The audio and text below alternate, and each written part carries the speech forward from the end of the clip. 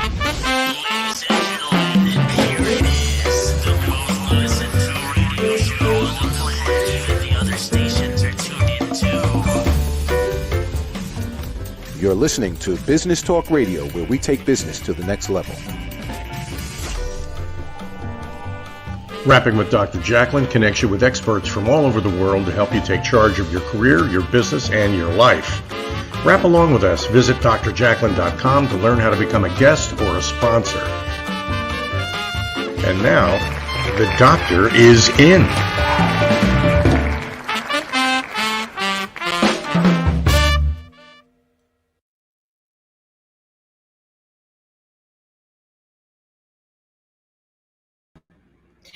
Hi, welcome. Happy day, happy evening, happy morning. We are so glad to have you with us today on Rapping with Dr. Jacalyn.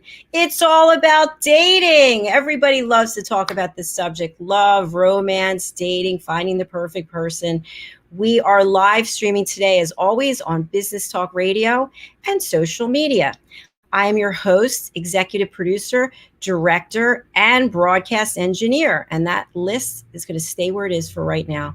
So I want to welcome my friend and co-host, Lisa Manyoky. Welcome to the program, Lisa. Hey, how are you? Yes, that is a lengthy list. It's a lengthy list of credentials and abilities. It's so impressive. Well, thank you. I didn't want to add web designer, but now that's on my list too. So I redid my website, and not by choice. But anyway, enough about me. I'm thrilled for our guest today who's going to be joining us from New York. And her name is Gorman Newman, and she has accomplished so much in so many areas. So it's a pleasure to have her backstage. Before we bring her out, Lisa, I always like to hear from you what you're up to and how we can get in touch with you after the show. Okay. Well, I have a new term. It's called a behavioral cowlick. So think of a cowlick in your hair. You know, no matter how much product or goop you put on it, it tends to go right back to how it naturally grows. And so it is with who you are. Who you are is like a cowlick. So rather than goop it up with tactics, then let who you are do its thing. And the way that I accomplish this is I enable my clients to use what I call the Presence Intelligence Alignment Inventory. It's an interactive experience, questions and answers, and time with me that enables you to find out the best parts of who you are so that you can align them with what you show on the outside, which makes it incrementally easier to find the people who are right for you and the people for whom you are right, which is super important in the dating arena. It absolutely is. And how can people get in touch with you after the show? And what are the services that you provide? Well, presenceintelligence.com/daters. That's access to the alignment inventory. And it is a lot of fun. The questions are easy. You get a login and a password. You answer the questions and then an hour with me. So that's the best place to get acquainted with this process. And I find that it's a really ideal way to start because we get a lot of information right out of the gate. Then we can decide where to go in the terms of the best priority from there. Excellent. Well, we are thrilled to have you with us today with all of your experience in helping people with their branding and how they come across in the world. Yeah. I want to bring out our guest, Gorman Newman. She's joining us from New York, as I mentioned, and she is a Tony-nominated producer. She's a strategic marketer, connector, love coach, and author of How to Marry a Mensch. Woo! Welcome. Hi, how are you? Hey. Hi, Robin. So nice to see you. Good to see you too. I was mentioning at the top of the show and also backstage, I don't know how you've had time to accomplish everything that you've accomplished. And we've never had a Tony-nominated producer on this program before. So we're thrilled. Well, it's my pleasure. Robin, I'm going to spotlight you and ask you to tell us a little bit about your background before we get into the book, because you've accomplished so much. And of course, this is a dating show, and we're going to look at that aspect and specifically your book and all of the learnings there. But if you could give us an overview of who you are and what you've accomplished so far, we'd love to hear it. Sure. I'm a New Yorker, born and bred. I live on Long Island. I'm a mom to an 18-year-old volunteer firefighter who makes me very proud. I am the author of 2 books, How to Meet a Mensch in New York. A Mensch is a decent, responsible person, and How to Marry a Mensch. And actually, How to Marry a Mensch is currently serving as the inspiration for a musical in early development that I'm working on with my producing partner. So I'm beyond thrilled about that. I am a Tony-nominated Broadway producer for Natasha, Pierre, and the Great Comet of 1812. And I'm on some other forthcoming musicals earmarked for Broadway and beyond. I am also the founder of lovecoach.com. I work as a love coach for singles, offering advice to men and women of all ages and all backgrounds, focusing on how to think out of the box and be socially strategic. And I'm also the founder of motherhoodlater.com, which is a worldwide organization for those parenting later in life, because that's me. And I recently launched a venture called 3 Women Present, which is an offshoot of Motherhood Later. And it's a monthly webinar series that I do with 2 gals where we feature inspiring, motivating speakers who are game changers for women and others who want to live their best life. And I'm kind of always about that. I like to put things out there that motivate other people, that make people feel like anything is possible, because I truly feel like that's the case. And even though I've worn a lot of hats, there really is a path and there is a connection between them. And the bottom line is that I try to follow my heart. And I feel like if something is a passion, then I'm going to go for it. And if I have a need, I feel like I'm not alone.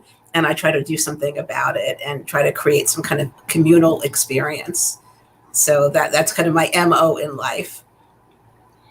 Well, bravo to you. Congratulations on all your accomplishments and for all you do to help others. That is really beautiful. Big heart. I like it. I do too. I like surrounding myself with people who are really about helping others, helping the planet, giving back. I think it's just such a great thing. I do want to say hello to Frank Pomani and Salim Karaman. It's hard on the names, guys. I'm really sorry, but we love to hear from you. So, and Robin, by the way, I love the fact that you're on Long Island because that's where Business Talk Radio is headquartered. So you guys could be neighbors. I don't know. And we want to hear from you. So please put your comments on social media and you can also call in. We've actually had a couple of calls, believe it or not. People have stopped being shy. I'm going to run the phone number. And in the meantime, Robin, let's go over to you. And what I'd like to know is, what was the impetus for you to write this book? You know, it felt tough when I was out there being single, and I am married now. And I had a consciousness of wanting to meet a mensch. And a mensch is someone who's going to treat you well, who's going to stand the test of time and really have your back. So that was always on my personal radar for whatever reason. But what I found so challenging was that when I was out there and trying to navigate and decide where to go and what to do, I kind of became the point person in my social circle because I was good at researching. But this was on the cusp of the web, so information wasn't as readily available as it is now. So I felt like I was always doing homework and always researching and always focusing on the what to do piece. And then on top of that, you had to go out there and actually do it. So it felt like a job. And I felt like, wouldn't it be so great if there was one source, a book, which became my first book, How to Meet a Mensch in New York, that offered up ideas to people. It's broken down by categories and it's very specific and it gives you names and information and contact info. And it serves as a template to help you try to create some new avenues for yourself. And that was really the inspiration for that, is just to try to simplify things a little bit. And I have to ask this. Sorry, Lisa, I didn't want to cut you off, but did you marry a mensch? I did. I think I would have to, right? I think so, yes. My publisher said to me, it was like this ongoing joke. Now, make sure you stay married, because a lot of people who write dating books either get divorced or aren't married to begin with, which is so funny. So I was one of the ones who was at the time. So yes, I stayed married to the mensch, and now we're working on raising one. But I think it's important to want that for yourself, to go for that person who is going to be good to you and respect you and show up for you. And you know what? Like, you deserve that. And I think it's when you decide you deserve that, that you're more likely to find it. So what do you do? What do you say to the people who are really impatient? Well, I mean, we're all impatient in certain ways, right? I mean, especially now, everyone's getting antsy. But I think a Mensch, first of all, is worth waiting for one. And I really do believe that it happens when it's meant to happen. But that doesn't mean that you shouldn't take action and get out there when it feels safe, of course, within your comfort zone. But there's a lot of online stuff that you can do now, even beyond the apps that we can talk about a little bit. But I think you have to really just believe that it's viable for you, put that out to the universe in a positive way, because I do think that will be heard, because attitude makes a really big difference, and you can't rush love. It has to be the right thing. And I also say in my book, there's no accomplishment to getting married. Anybody can walk down the aisle. The challenge is to get married or find a partner. I'm not pushing marriage. It's whatever you want. But just finding love that feels good, that's right for you, and that feels like something that will stick around in a meaningful way. All right, I definitely have a question though. So when you say put it out to the universe, I mean, I know what that means. Dr. Jacalyn knows what that means, but there are some people who would have no idea how they do that or what they're supposed to do, what exactly that means. So tell us what you mean when you say put it out to the universe. I think it's really believing that it's possible for yourself. And even if you state it out loud, even if you believe it in your heart, if you do some meditation around it, it depends on what what your comfort level is. If you journal about it, there are people who talk about manifesting. You can make even a vision board for yourself.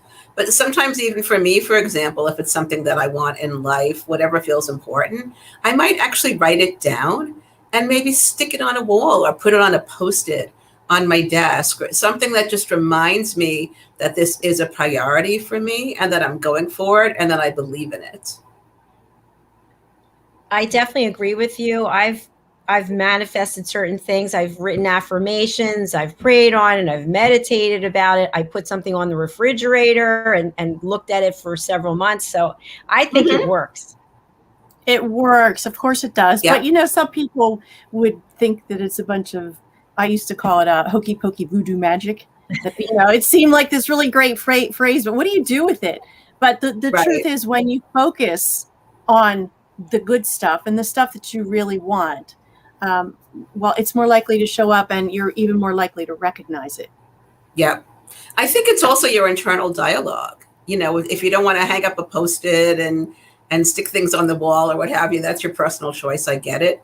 But it is a lot about how you speak to yourself. And what is your inner voice saying? And what do you really feel genuinely? And is there a piece of you that's saying, yeah, I want to meet someone, but underneath it all, you're feeling, oh, but is that really possible? Could it really happen for me? And I'm not saying that self-doubt doesn't pop up for all of us in anything that we aspire to do. But if you really want it badly enough, you have to try to push past that regardless. And that is what a good coach can help you do. Because it's really hard sometimes when you're getting impatient or lonely, where you think, oh my gosh, it's never going to come my way, so I'll settle for this. But somebody like you would help a client stay the course, right? The right course for them, right? Yes. Exactly. And that's part of what I do as a love coach, and why, whether you work with me or any other coach that you find, that's an important piece of it, because we help you stay accountable. And that's so important, because how many times do people say, oh, I went here, I went there, and they feel like they're making all this effort. And then I'll say to them, okay, so what happened when you were there? Like, let's actually talk about that experience, because it's not enough to just put yourself out there.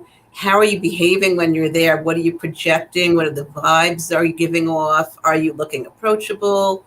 Are you approaching anyone? What actually is that dynamic? Because I've found so often that people have said they're ready to meet someone, but their actions don't really support that. Mm-hmm. And it's so hard to assess for yourself because you're close to it. And as you said, you might be anxious, you want it to happen, you feel like you're trying so hard. And I'm not saying that you're not, but if it's not working, then someone like me can sit down with you and say, okay, why isn't it working? What actually is going on here? Is it the choices that you're making? Is it the places that you're going? Is it the way you're coming across? Let's really kind of do a deep dive here and see what we can shift so that you can have more success and really make your efforts worthwhile and hopefully feel good.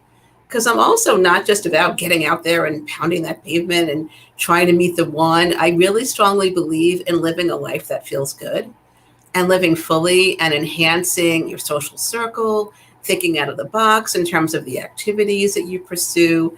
And even if part of what you do isn't strictly social, let's say you join a networking group, or you go to an alumni organization, or you do some volunteer work. If you want to meet a Mensch, I'm a big fan of that. If you put yourself out there in places where you can meet decent people and ideally even have some continuity, because I'm a huge fan of that. If you can see some of the same faces more than once, even if it's virtually at this time, there's real benefits to that. Because if you don't talk to someone the first time, you might talk to them the third time. And you don't know where it's going to go. And they might have a friend. They might have a cousin. They might do a Zoom themselves and they invite you, or have a party when it feels safe. I have met amazing people, I have to say, during the last year, as hard as it's been. And it's been all virtual. And some of the conversations have been really meaningful and a lot more heartfelt than they were actually pre-pandemic. It's so true. Lisa and I have talked about this many times, but most of the people I spend my time with are on this computer in a networking scenario, and I consider them to be friends. It's amazing. I look forward to meeting people in person one day, but you can still have really meaningful relationships with people just through these types of connections. So we need to take a break, but when we come back, I have a couple things I just want to tee up. The first is, if you happen to have your book, we'd love to have you read part of it to us, your favorite section, or a section we can learn from. And then the other thing I want to touch on by the end of the show, Lisa, if you could remind me, you mentioned before, with all the things that you've accomplished, all the things that you're doing, there's definitely continuity and in all of it. And so I'd like to understand what that is and how you bring that to your coaching. Sure. Okay, excellent. We're going to take a break right now. We're going to hear from Margie Cedrone, artisan jeweler, and then we'll hear from a few other folks. Thank you for your sponsorship. We'll be right back. Located at 121 Haddon Avenue in Westmont, New Jersey, is Margie Cedrone, artisan jeweler. Margie's been in business for more than 30 years. She works with her clients to create custom pieces of jewelry to reflect their personality and help them make their own bold statement. Starting in the renowned Jewelers Row in Center City, Philadelphia in 1988, Margie works directly with her clients to develop one-of-a-kind pieces such as necklaces, engagement rings, wedding bands, unique watches and tennis bracelets, as well as a myriad of rings and earrings for everyone in your family. She also has worked directly with Dr. Jacalyn over the years, creating unique pieces of jewelry to reflect her personality. She does pearl stringing and repairs on site at 121 Haddon Avenue. Call or text Margie at 215-384-7155.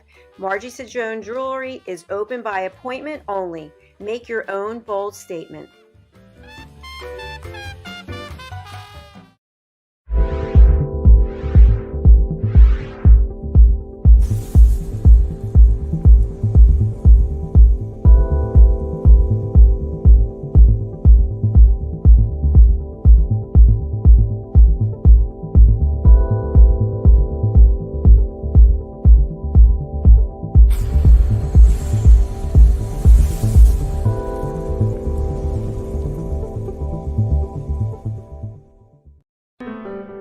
Hello, boys and girls, and welcome to Story Garden. Your host, Diane Boehm.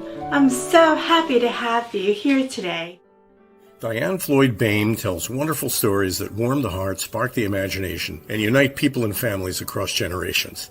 For children, Diane's Harry the Camel connects with all of us who've ever wondered how different our lives might have been if only we'd been born something better, like a wonderful horse instead of an ordinary camel. In the end, we all learn along with Harry that there's nothing better than just being yourself. Diane's little girl in the moon looks down on earthbound children and wonders if they know she's just like them. A story of love, home, and the bond between mother and daughter, its powerful theme that we're each of us different yet all of us the same plants a seed in children that promises to blossom within a loving and trusting grown-up.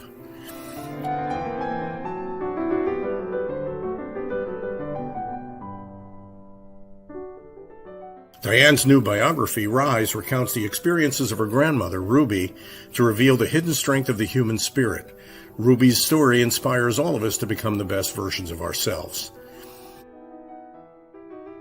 You'll find all of Diane's delightful books and much more at dianefloydboehm.com. Visit dianefloydboehm.com. That's dianefloydboehm.com.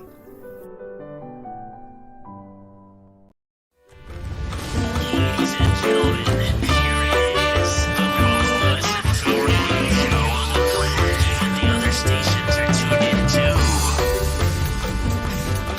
too. You're listening to Business Talk Radio, where we take business to the next level.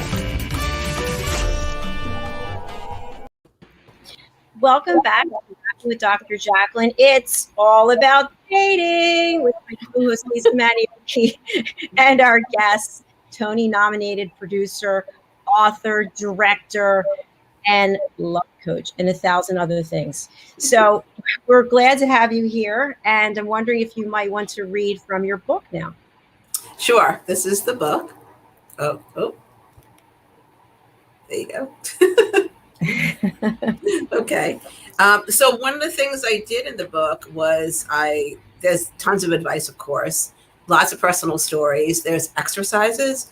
But one of my favorite parts and the part that gave me so much pleasure, was interviewing couples that had actually met their Mensches already and how they did it and why they felt that was important. And the reason I like to share about that is because in my work as a love coach, I've had the experience where more than one woman in particular has said to me, no, I don't want to meet a Mensch. I don't think that's what I'm looking for. And it so concerns me when someone says that. And I know one of the reasons that they're thinking that way is because they feel like a Mensch can't be sexy or stimulating or ride a motorcycle. And I'm here to say that is not at all true, because a good person can be sexy as well. And if you think about it, what's more sexy than someone who treats you well?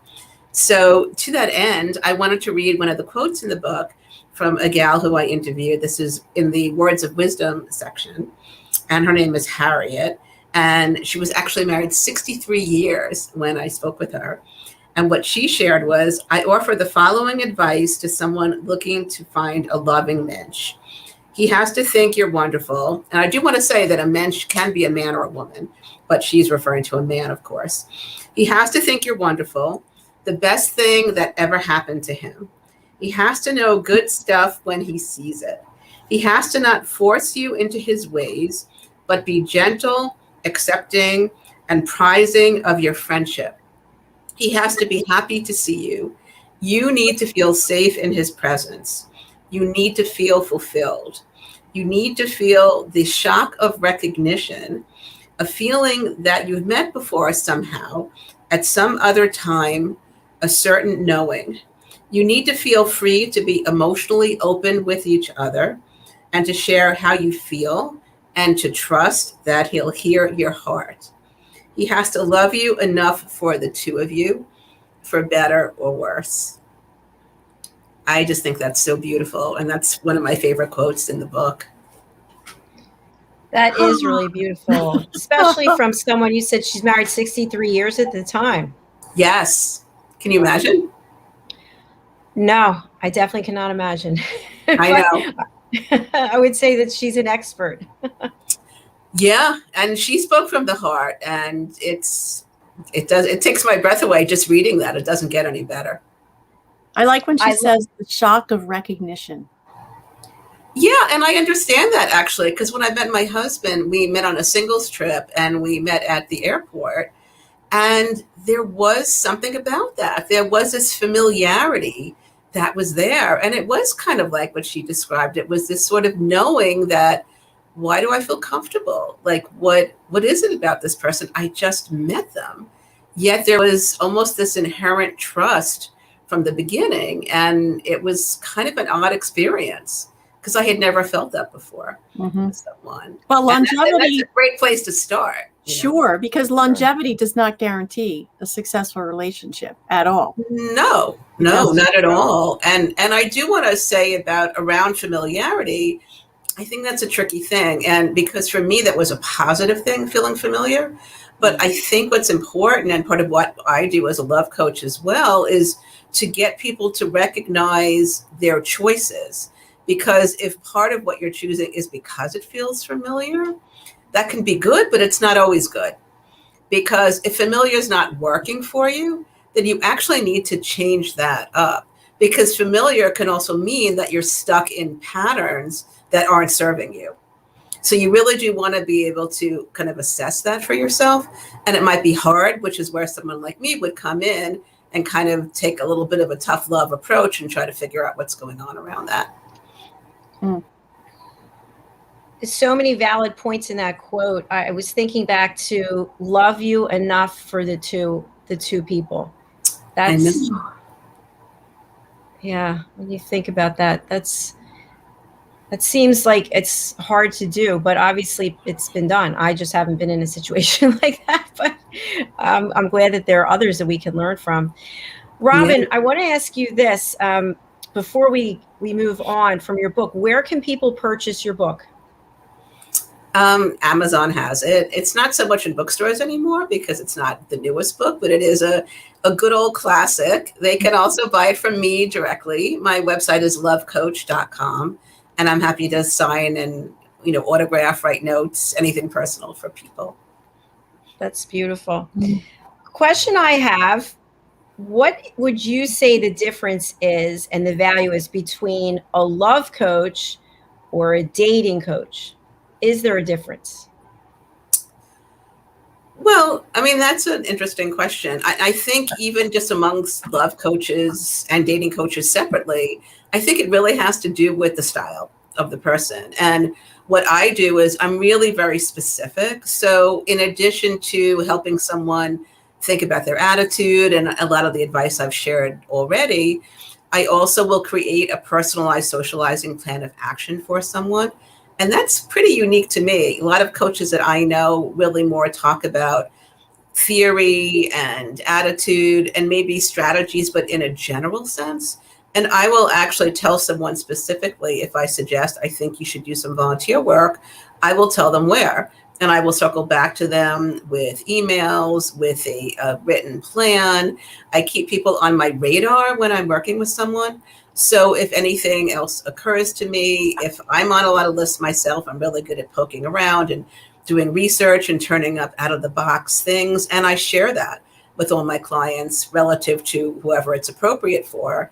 And while I'm not a formal matchmaker, I also do keep my clients in mind in that way. And I have been known to make matches and I don't charge extra for that. So essentially, once you're working with me, you're kind of in my headspace for better or worse. And I will check in with you and check up on you and constantly keep you in mind. So that's how I work. And I think as far as how they differ, I think it really is a personal thing. And I feel like it's a little bit semantics around love coach and dating coach, although some love coaches might even work with couples, and deal with marital issues. And I don't get into that. Well, it definitely sounds like you have your lane of exactly where you bring your value, which I love, because to me that means you're an expert, that you've narrowed it down and this is your focus. Exactly. And I think that's one of the hard things for people too, is because sometimes you know what to do, but you're not really sure where. What does that look like exactly? And sometimes you think you know a lot. And then someone comes in with fresh eyes. And I can't tell you how many times my clients have said to me, oh, I never heard of that. Or, yeah, that's a good idea. Like, that's kind of right under my nose, but I didn't think of that. You just need someone to kind of reframe things a little bit for you sometimes. Well, earlier in the conversation, you mentioned that you helped people think outside the box. So what are some of the ideas that you would regard as outside the box? Well, like, let's say someone would say to me, you know what, I'm not into sports. I just would never do that. I don't play sports. I'm not interested in sports. So what I might suggest in a case like that is you don't have to play. What if you got involved with a league, and because leagues do exist, and maybe you could go and just cheer people on and put yourself in that space. Or maybe you could get involved with a Special Olympics, for example, where you're combining the two, where you're doing volunteer work, but it has a sporty theme and you're putting yourself out there. So I try to reframe things. I mean, even for example, one of the things that I believe strongly in is just letting people know, because people tend to assume, well, I'm single. My friends know I'm single. My family knows I'm single. If they knew anyone for me, they would set me up. And my answer to that is no, let's not assume that. Can we come right out and say to them within your comfort zone, you know what? I know that you know I'm single, but I'm totally open to an introduction. Please keep me on your radar. Sometimes you have to actually make the ask. And for example, I know a couple that actually met through their dry cleaner. And that would be totally out of the box, because I don't know too many people who would think about that. But if there's a place that you're frequenting, like a dry cleaner or a bank or any place where you get chatty with the people who work at that establishment, what if you actually said to one of them, you know what, if you happen to meet a nice guy or a nice girl, hey, keep me in mind, and even give them your phone number. And it might sound a little blatant or maybe even a little hokey, but you just never know where it's going to come from. And I've actually seen people have success that way. And for me, that's out of the box. I love the idea of Special Olympics, because I can tell you that draws in some of the nicest, most wonderful human beings, men and women. Exactly. And it has nothing to do with athletics. It has to do with camaraderie and support and big-heartedness and patience. All those traits that you cited that would make for this Mensch are in people who tend to visit and participate in events like that.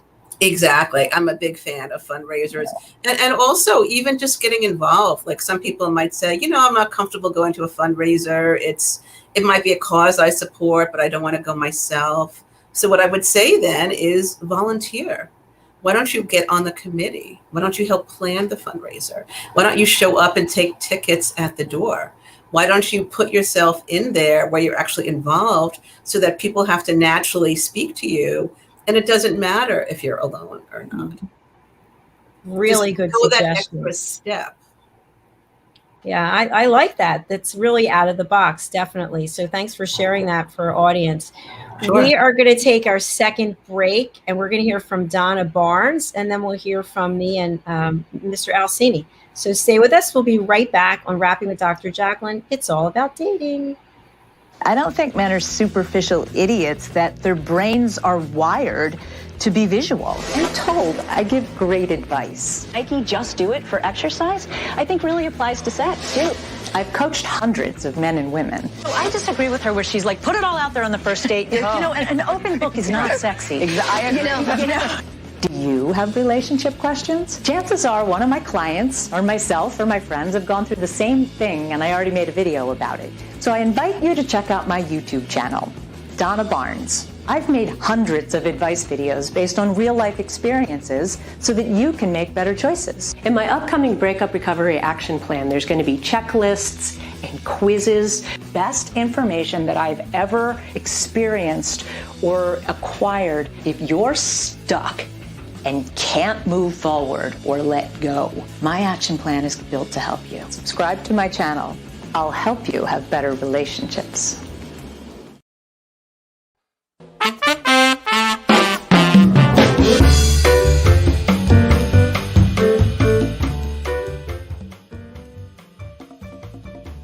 Hello, I'm Dr. Jacalyn. Rapping with Dr. Jacalyn presents A Better You. And here to tell us more is the creator of A Better You, Alcini. Al, welcome to the show.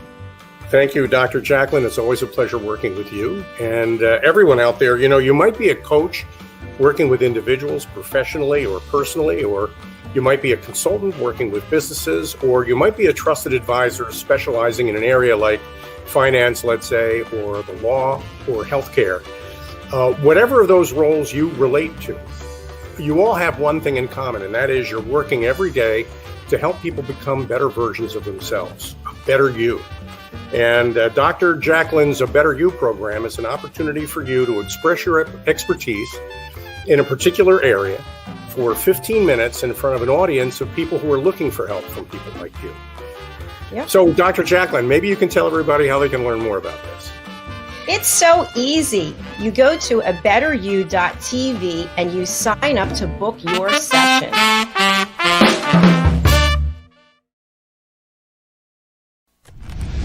Ladies and gentlemen, here it is, the most listened to radio show on the planet. Even the other stations are tuned in too. You're listening to Business Talk Radio, where we take business to the next level.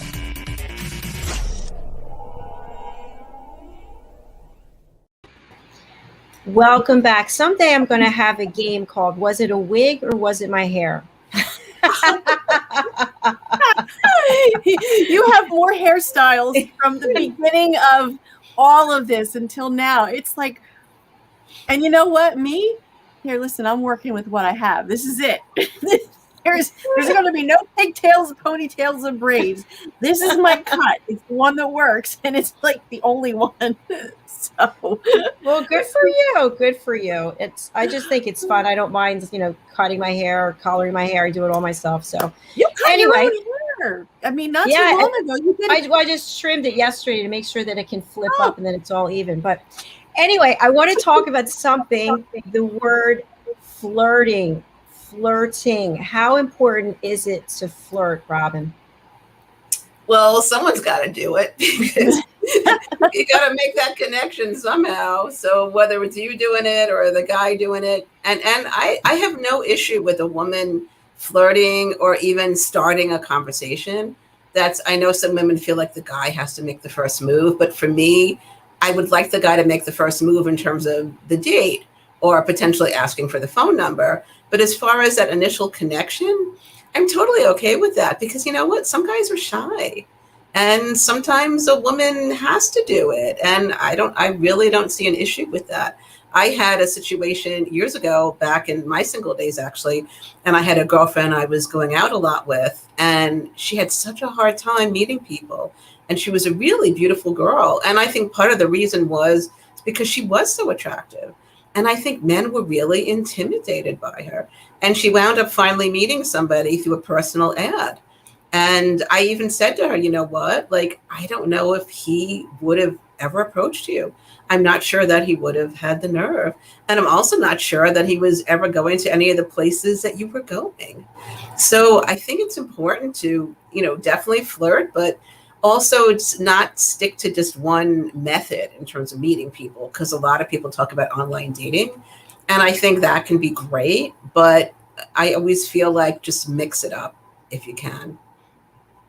So it sounds like what you're saying, Robin, is that it's okay to be on the social media platforms, but it's also okay to put an ad. It's okay to, ask people to think of you when they meet someone. So do all of them. Yeah, I mean, that's my feeling. Why not? A lot of people want to put a Band-Aid on it and hire a matchmaker or do 15 dating apps or, or rely on Instagram or Facebook. And that's all great. But first of all, if you're doing like a bazillion dating apps, you're probably not doing any of them well. So you first want to take a look at that and really see, what is my profile? What is my photo? Do I need to change that up? Can I play with it a little bit? Who am I attracting? Are they initiating? Am I initiating? Really take a hard look at that. And as far as social media, I mean, that's always a little bit of a crapshoot, but yet I've heard of people reconnecting with people from the past, old high school loves, or, join an alumni group on Facebook if you're on Facebook. I've known of younger people in particular connecting on Instagram. Like, that's a thing. And Instagram's kind of cool because it's images. So, and some copy, but short copy. But because it's images, you really get a sense of the person and the kind of stuff they want to post, what feels important to them. Like my Instagram, for example, is like almost all motivational. So it's not a lot of personal stuff for me as far as photos go, but yet the inspirational speak to me. So that gives you a sense on a daily basis almost of kind of where my head is at and what I'm trying to put out into the world. And that gives you a sense of someone. So I think you have to kind of dig a little bit if you're doing these things and just really see what you're getting out of it and how you can judge someone, because you don't want to judge someone too quick. That's a thing too. And that's one of the challenges that I see with the dating apps. It's just that swipe, that quick swipe. And sometimes people don't write well, like their profile might be really bad, and they might be great. And maybe it's just not a good platform for them, but they're doing it because they don't know what else to do. And that's where someone like me as well can come in, because sometimes you need that third party to assess your online efforts. And if it's not working, why isn't it working? And what can we do here? And let's make it as good as it can be for you. That's Lisa really and I true. have had I mean, I can tell you that. I mean, I've been in that world, and really bad writing makes me nuts, because I'm a really good writer and very articulate. So, but for me, that's criteria. I don't want to be correcting somebody's grammar or their writing. I would just ooh. Yeah. But I do want to make the point that I think is it Bumble? Bumble is the website or one of the app where women make the first move. Mm-hmm. So when it comes to any of the other sites, there can be that discomfort for a woman to make the first approach, whereas if you go into a site like Bumble, it's from the get-go, that's how it is. So you are granted permission and the freedom, the expectation is set. So If you don't reach out, nothing happens. And it kind of takes the pressure off the guys, where for a change, those who are more traditional can sit back and wait to be approached. And the woman doesn't have to feel like, oh gosh, I made the first move, because it can be uncomfortable. I mean, you don't want to be perceived as pushy or needy. So that's another consideration, is go where the expectation is clear of who does what. And I think also try not to think of it as pushy and needy. Reframe that in your mind. Right. Try to think of it as playful. Yep. Inviting, approachable, just taking that initiative. I think that has a little bit to relate to what I said earlier about putting out to the universe. You have to put out thoughts and your mindset in a way that feels positive for you, because if it feels like a desperation, it's going to come across like a desperation.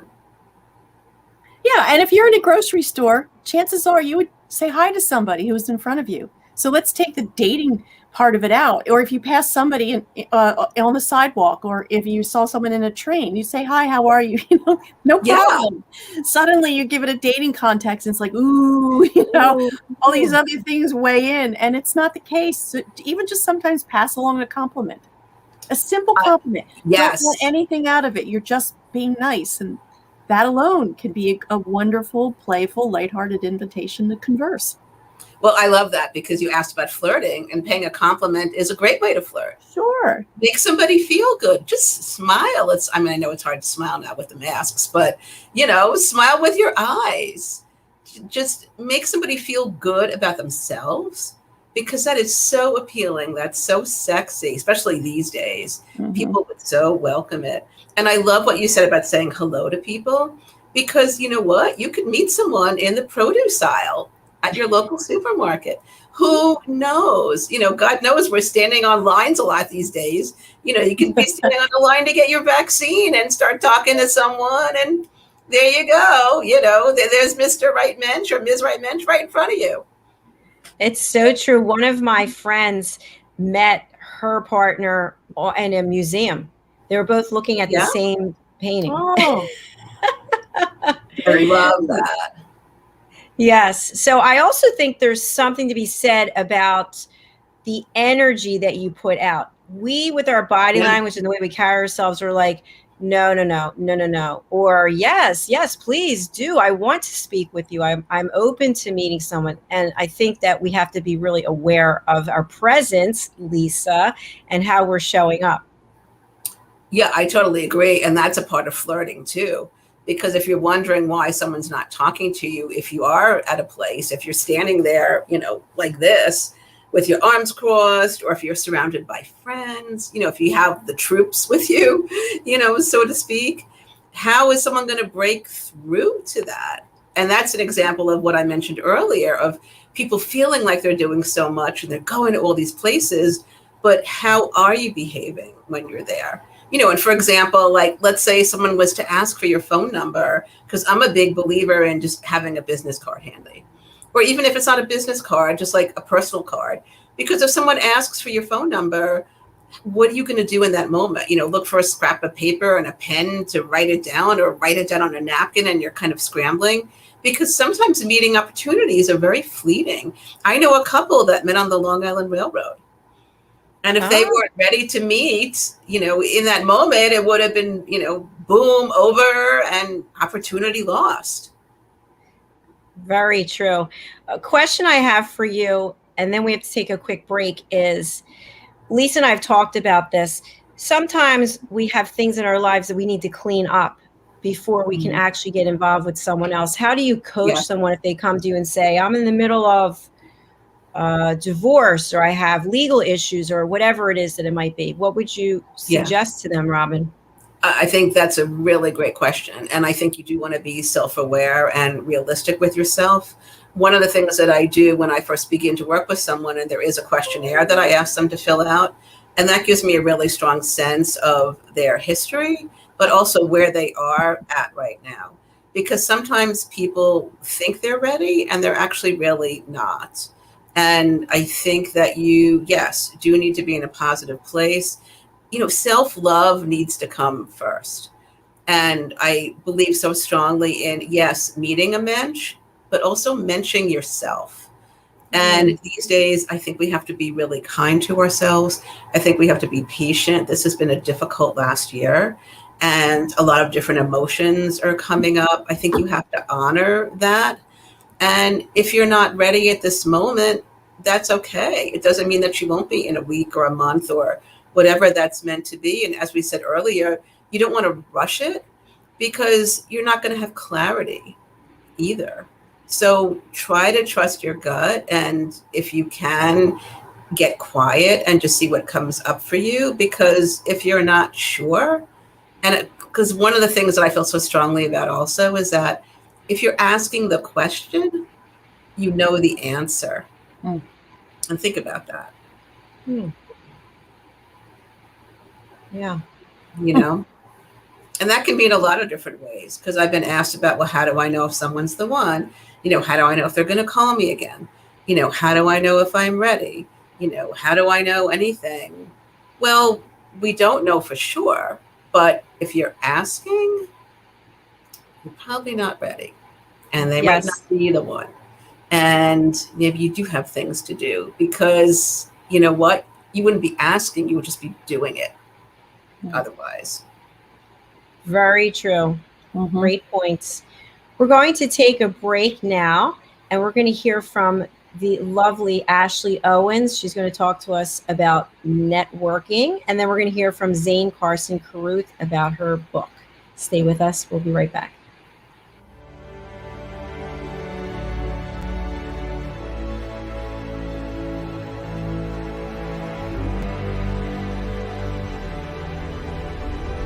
Networking sucks and people suck at it, but nothing gives me more life than walking around and talking to people in an audience and really being able to identify, okay, I see where you're having trouble, let's work on fixing it. How do you help them? How do you provide value? My goal is to give them those tools to be able to go out and tackle that fear. Anywhere there's coffee is where I'll be. So I bring candy a lot to my speaking engagements.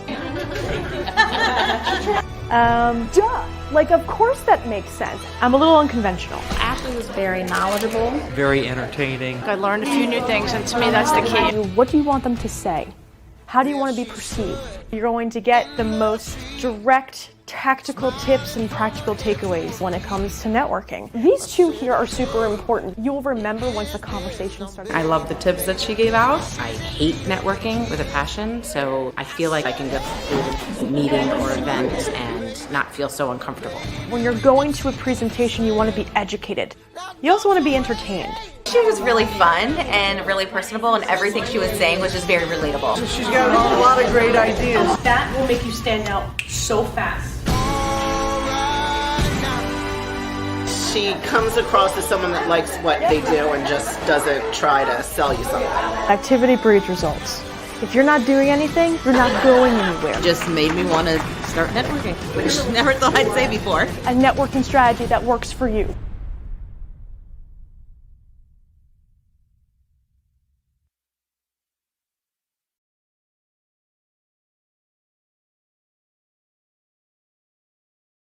Hi, my name is Zane Carson Carruth, and I'm the author of this book, The World's First Tooth Fairy Ever.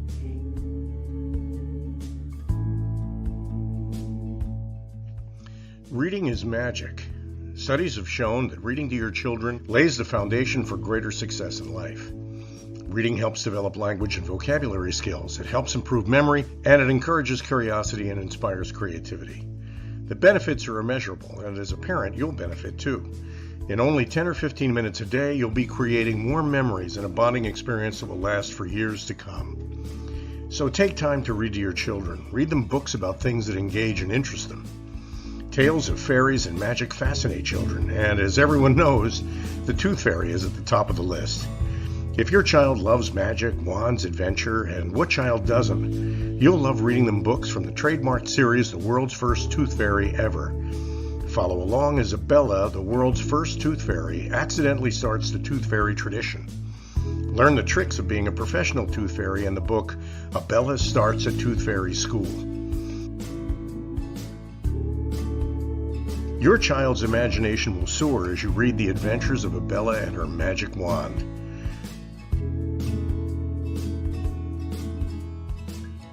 These wonderful books are available at worldsfirsttoothfairy.com. and at Amazon, Barnes & Noble, and Walmart.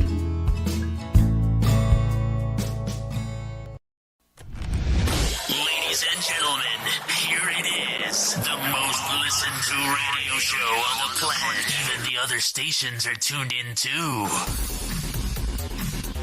You're listening to Business Talk Radio, where we take business to the next level.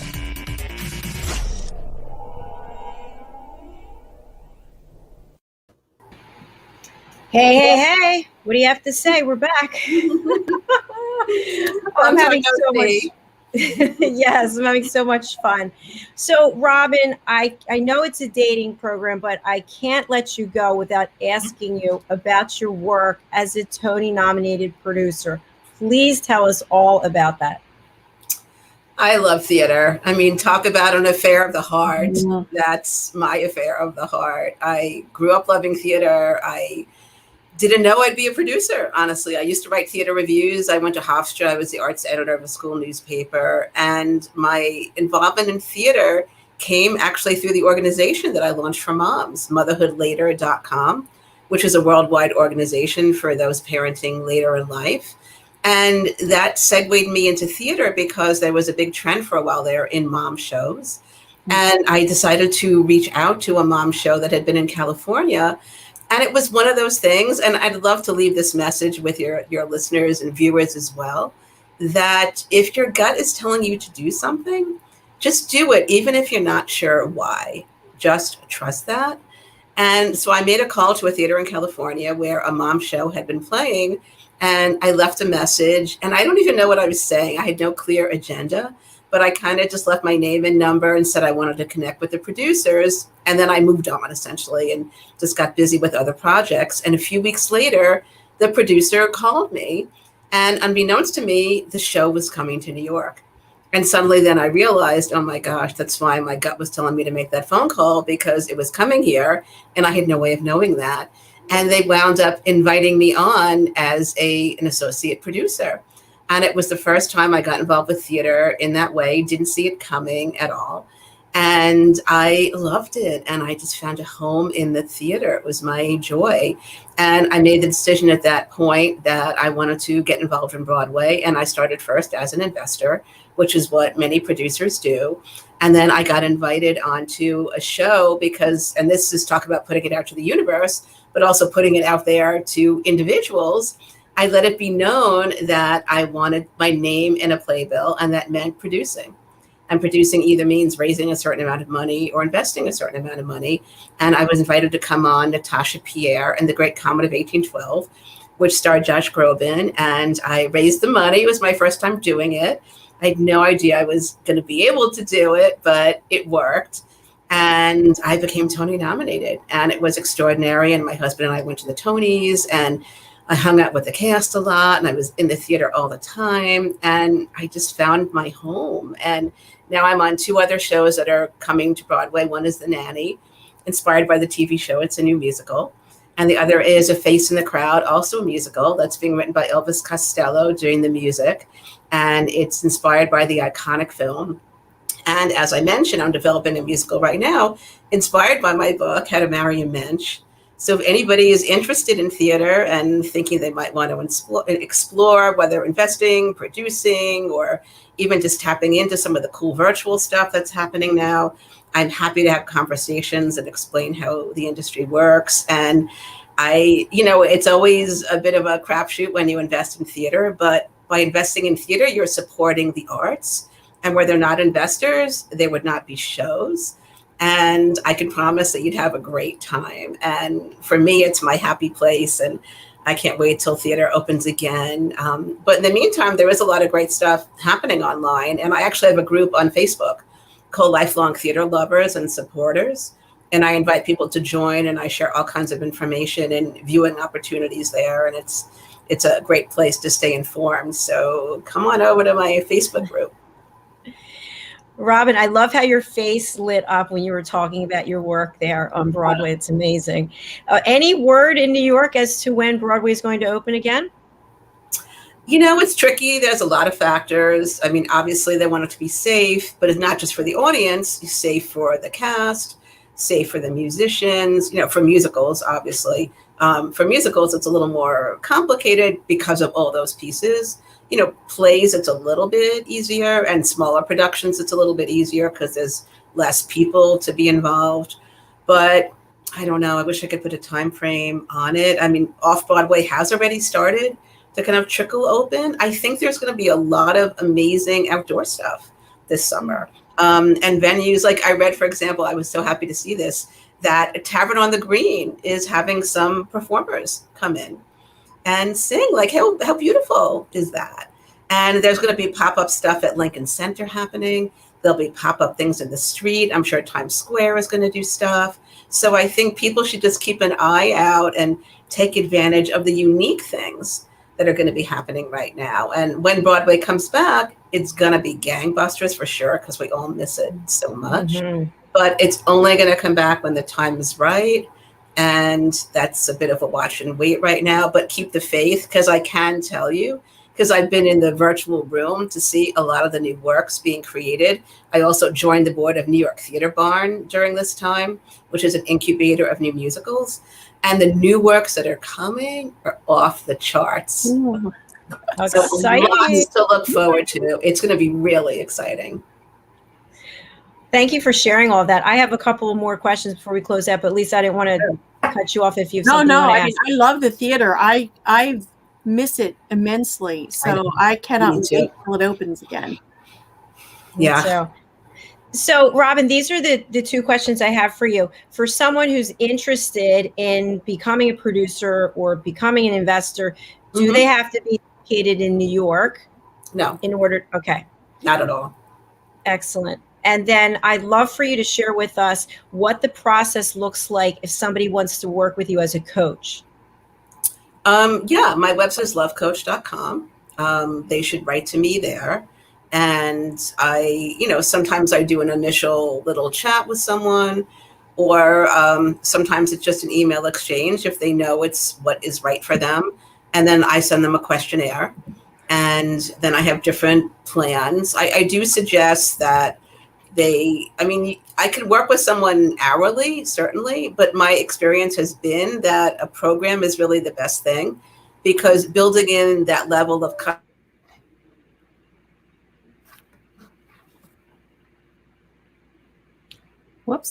Whoops.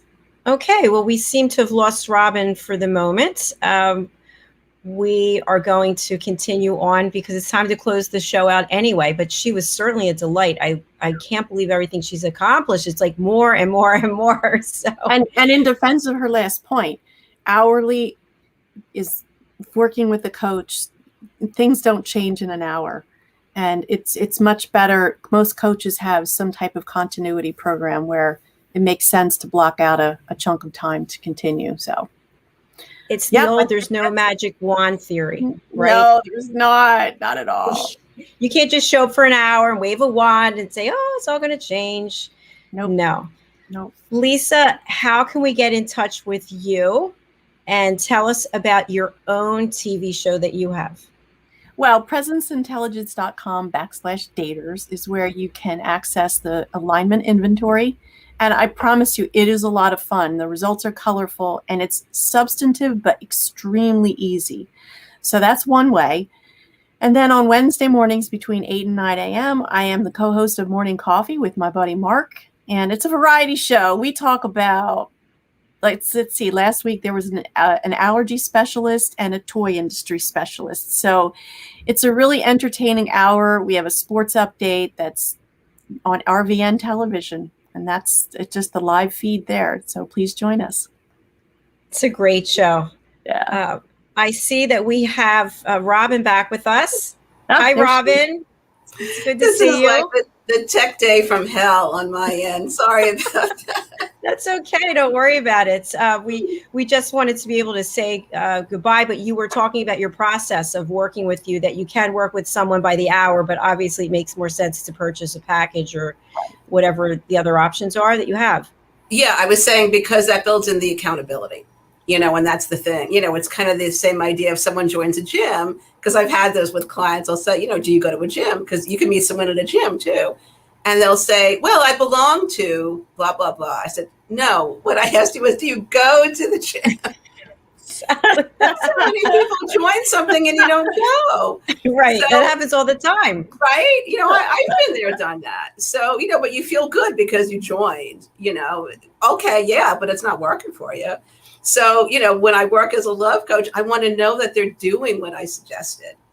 And if there's the continuity built in, then I'm going to circle back and I'm going to say to you, so how's it going? Is it working? Do you like it? Okay, what else? And let's keep it going, because it's also never a quick fix. Unless someone has a specific question, like if they just want me to assess their online profile, then sure, that doesn't have to be a program. But if it's someone who really wants to broaden their horizons and just open their eyes, then it really needs to be something that's a little more ongoing. I'm not talking about like a year, like could even be a few months, whatever your comfort zone is, essentially. Mm-hmm. Agreed. Yes. Yep. Yes, I want it to work for you. That's the bottom line. I won't take on a client if I don't think I can help them. And your heart's really in it. You care. Yes. And so that is the big difference right there. Once again, if you can give your contact information for people listening on the radio, people watching can see it. Sure. My website is lovecoach, COACH.com.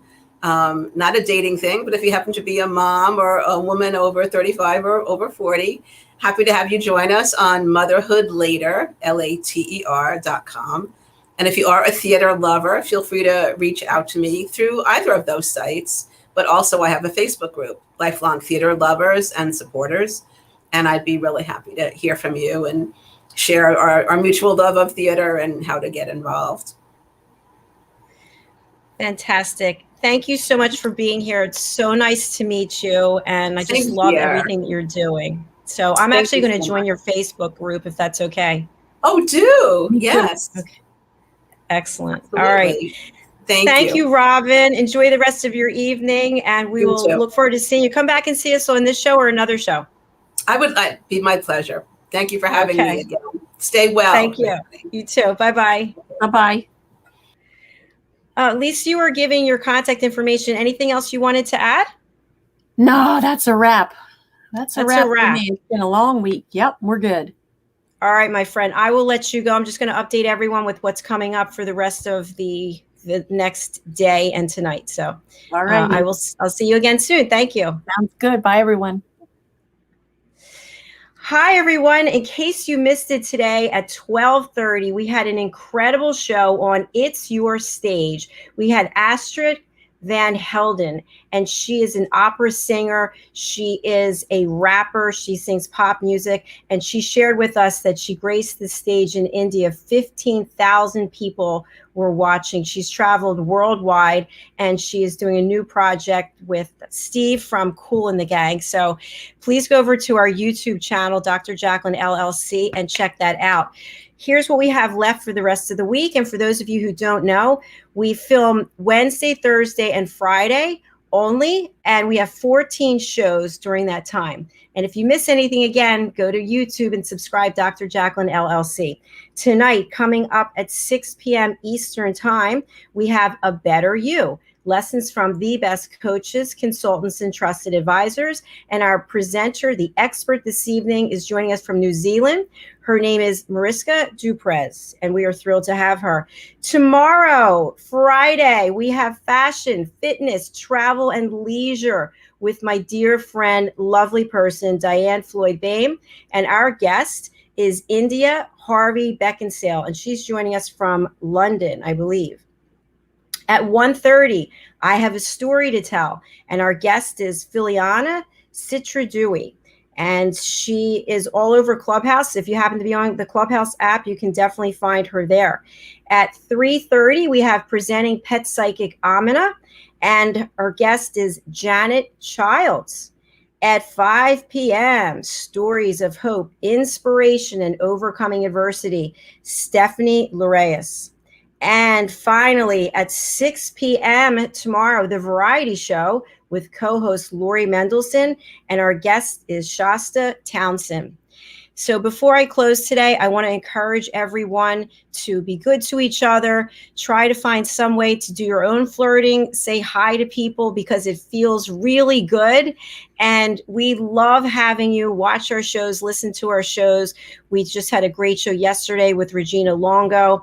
We also have new shows on Wednesday. We have Celebrate Great Britain, Royally Rich Edition, and that's with my co-host Alcini. And from London, joining us, the stars of our show, Ian Pelham Turner and Helena Chard. So yesterday we interviewed the mayor of Barks and Dunningham. I think I have saying it correctly, I hope. And then also a gentleman who is running for office. So we had Richard Hewson and we had Peter Chan. So again, you can find that over on our YouTube channel. And lastly, what I was starting to say was we would love to have you as presenters on A Better You, lessons from the best coaches, consultants, and trusted advisors. This is a platform where experts share 15-minute lessons. And then we ask you to put together a 5-question quiz. And then we do a little editing, a little magic, and then we put together a playlist of lessons that can be found on our online learning platform to be named. And we're rolling that out in June. Finally, I have a new book coming out, and the book is called Behind the Green Screen: How to Succeed in the Live Broadcasting Business. This is my how to build a live broadcasting business. I did it in 5 months after leaving my corporate job. And then also I have personal stories of my journey of how and why I left corporate America. We will be pre-selling this with my book coach, Red O'Laughlin, next month. So that's all I have for today. Again, if you want to be a guest, if you want to be a sponsor, if you want to be a presenter, all you have to do is one thing. Head on over to Dr. Jacalyn, DrJacalyn.com, and book your session. Thanks, everyone. We'll see you again.